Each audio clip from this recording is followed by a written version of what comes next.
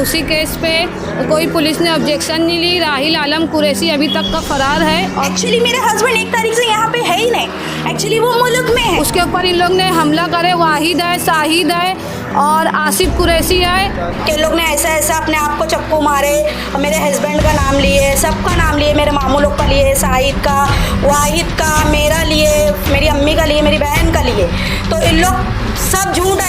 आगे मतलब दुकान पे जा रही थी वो, उधर से ये 5-6 जन मिल के आए और उससे क्या मतलब हुज्जत बहस किए, घूर के देखे। वो बोली होगी क्यों घूर के देख रहे, तो उसको वो मारना चालू कर दिए। और जहाँ से मेरे मामू लोग दुकान पे से 3 बजे आए तो वहाँ भी कैमरा है, वहाँ की भी सीसीटीवी फुटेज मेरे पास है। अगर आप भिवंडी में इम्पोर्टेड प्रोडक्ट्स खरीदना चाहते हैं तो उसका एकमात्र ठिकाना है हैप्पी शॉप, जहां आपको imported chocolates, snacks, confectioneries, imported drinks, साथ ही प्रीमियम ड्राई फ्रूट्स की रेंज डिस्काउंटेड रेट्स पर मिलेंगे।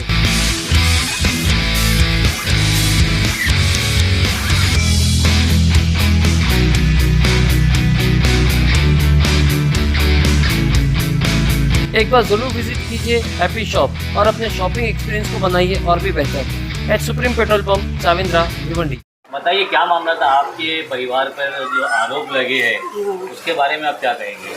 ये सब हम लोग के ऊपर झूठा आरोप लगाए इन लोग ने। हम लोग को खुद नहीं मालूम था कि इन लोग ने कल क्या करे, चाकू मारे मेरे हस्बैंड, मेरे मामू लोग के ऊपर जो आरोप लगाए, मेरे ऊपर लगाए, मेरी अम्मी के ऊपर, मेरी एक बहन है उसके ऊपर लगाए। और हम लोग भी कैमरे में थे, हम लोग के दरवाजे पे भी कैमरा लगाए, 3 कैमरे हम लोग के लगे। और जहाँ से मेरे मामू लोग दुकान पे से 3 बजे आए तो वहाँ भी कैमरा है, वहाँ की भी सीसीटीवी फुटेज मेरे पास है, रिकॉर्ड।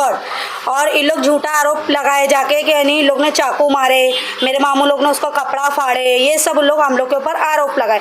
और ये आरोप क्यों लगाए? क्योंकि उनके लड़के को 27 तारीख को सजा हुई है, 3 महीने की उसको सजा हुई है। वो मेरे को जिंदा जलाने की लोग ने कोशिश करे थे, मेरे को और मेरे हस्बैंड को, हम दोनों को जिंदा जलाने की कोशिश करे थे लोग ने। और फिर उसके बाद कोर्ट में जब उसकी तारीख थी, हम लोग कोर्ट में गए थे, मेरी अम्मी लोग, तो हमारे वकील को उसने धमकी दिया कि इसके भाई लोग की विकेट गिराएंगे, हमारे वकील को बोला। उसके बाद हम लोग ने मैंने अर्जी निज़ामपुरे में और क्या नाम ECP ऑफिस, DCP ऑफिस थाना, मैंने 8 तारीख पहला महीना 2025 को मैंने ये अर्जी दी थी। थाना में भी दी थी, निज़ामपुरे सेक्शन में, DCP ऑफिस, ECP ऑफिस में, सब जगह अर्जी दी। मगर ये अर्जी का भी हम लोग को कोई जवाब नहीं आया है। और इससे पहले भी मैं अर्जी दी थी। मेरी अम्मी को 29 सितंबर को लोग 3 जन को मारे थे, सर फोड़े थे, मेरे पापा का, मेरे छोटे वाले भाई का, अम्मी का। इन लोग वो करे, इन लोग का क्रिमिनल रिकॉर्ड है इन लोग का, इन लोग चोर लोग। और इन लोग का एक जगह रिकॉर्ड नहीं, पूरे महाराष्ट्र में इन लोग का रिकॉर्ड है। इन लोग का रिकॉर्ड हर जगह, मैं इन लोग की माहिती निकाली हूँ, इन लोग के नाम की अर्जी दी थी, FIR है, मेरे पास सब सबूत है। ये गुजरात कोसा में इन लोग के नाम का केस है, अपना नासिक में है, मालेगांव में है, गुजरात में है, अपना भोईवाड़े में, और क्या नाम निज़ामपुरे में और कुमारवाड़े में, इन लोग का हर जगह इन लोग का रिकॉर्ड है। और इसको कलीम, ये तो तड़ी पार था और तड़ी पार में, ये तड़ी पार रहने के बावजूद भी ये घर पे रह रहा था। इन लोग ने हम लोग के ऊपर हमला करे और इनके घर की लेडीज़ पुलिस वाले लोग पे हमला करे थे। अब से 2-3 साल पहले की बात है। तो 3-3 महीना पूरे घर की लेडीज़ लोग अंदर थे। वसीम की इतनी डेयरिंग के मेरा हाथ जला, इन लोग ने मेरे हाथ जलाने के बावजूद भी ये IGM हॉस्पिटल में मेरे को 2 बजे रात के ये मेरे को मारने घुसा। जब मेरे को तकलीफ थी, मैं जाग रही थी, मेरे को तकलीफ थी, मैं मेरे हस्बैंड को आवाज़ दी, चिल्लाई, सब डॉक्टर जमा हुए, पुलिस वाले लोग आ गए। तो वो टाइम हम लोग को, मेरी अम्मी गई निजामपुरे में, तो लोग क्या बोले कि तुम्हारा वो IGM का सेक्शन लगता है शांति नगर। मेरी अम्मी गई शांति नगर में, NC लिखा।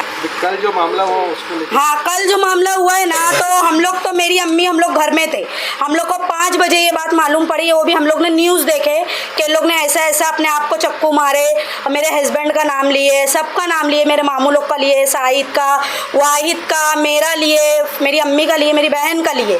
तो इन लोग सब झूठ है। इन लोग, अगर हम लोग सब पुलिस स्टेशन में सबूत देंगे तो इन लोग को झूठे उसमें फ्रॉड में लोग को फंसाना पड़ेगा पुलिस वाले लोग को, क्योंकि हमारे पास सब सबूत है। इन लोग मेरे भाई पे भी फोक्सा लगाए, सब कुछ इन लोग बोल रहे हैं वो वीडियो में भी। परिवार वालों पे और आप पे जो गंभीर आरोप लगे हैं उसके बारे में आप क्या कहना चाहेंगे? और मेन जो है, बार बार उन्होंने उनका जो मेन जो कहा था वो राहिल कुरैशी जो है, उनके ऊपर बोल रहे थे, तो उसके बारे में आप क्या बोलेंगे?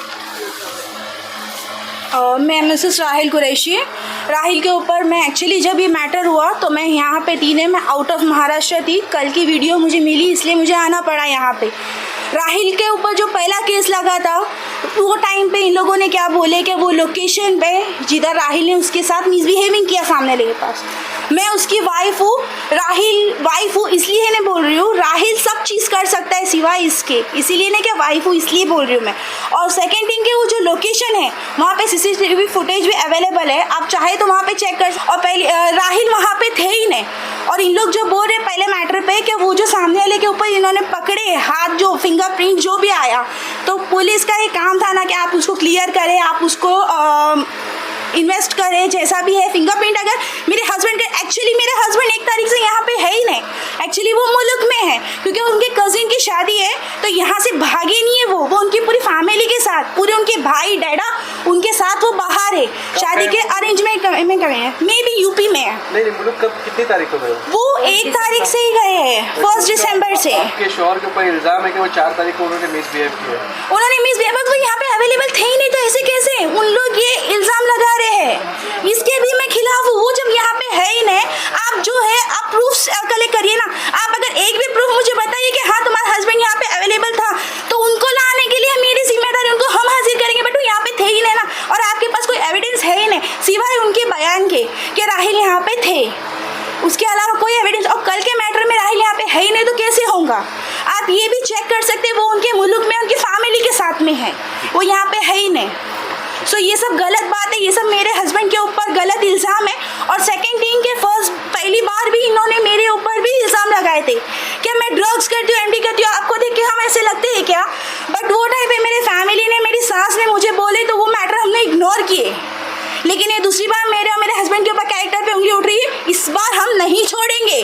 और इस बार मुझे यहाँ पे आना पड़ा, यहाँ पे सामने आना पड़ा, ये हम बर्दाश्त नहीं करेंगे। और जो पुलिस स्टाफ है, इन लोग का क्या बोलना है? पुलिस हमारे साथ है, पुलिस किसी के साथ नहीं, पुलिस सिर्फ सही के साथ है, ठीक है? अगर हम सही है, हमारे पास प्रूफ है, वैसे इसीलिए पुलिस हमारे साथ है। हम लोग को हमारे बच्चों की जान का खतरा है।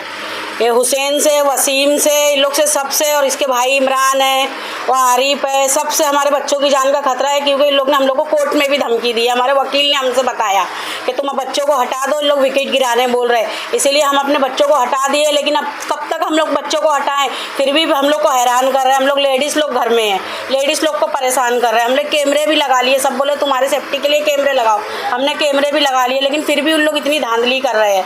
डायरेक्ट अभी निकल के दोपहर में गए तो गाली बकते हुए, पुलिस के सामने गाली बकते हुए गए, लेकिन हम लोग चुपचाप वहाँ पे बैठे थे, हम लोग कुछ बोले ही नहीं, क्योंकि हमारे घर में कोई मर्द नहीं है, सब यूपी में है।